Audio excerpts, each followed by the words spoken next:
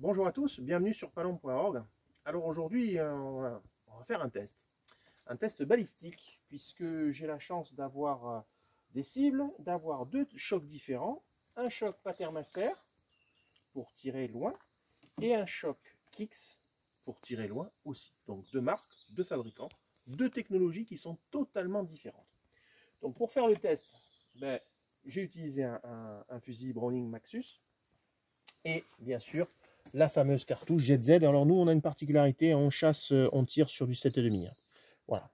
Alors on s'aperçoit de quoi? On a mis donc au décamètre à 36 mètres et on a fait un vélo de cartouche pour voir ce que ça donnait. Bon, qu'est-ce qui se passe? Il se passe que quand on est avec le choc Patermaster, on s'aperçoit que la gerbe, elle est grosso modo homogène. Mais le centre n'est pas forcément pris correctement.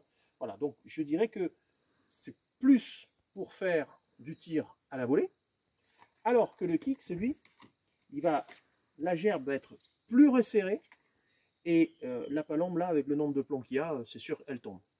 Donc j'aurais une préférence pour le choc Kix et regardez par vous-même ce que ça donne. Voilà, donc je pense que le Kix est plus adapté pour tirer opposé, mais le Patermaster semble, lui, au contraire, mieux adapté pour tirer à la volée.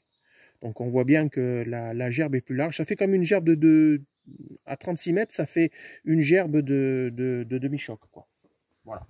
Bon, après, on n'est pas spécialiste, hein. On a simplement ciblé. On ne parle pas d'une gerbe en 3 dimensions, comme ça.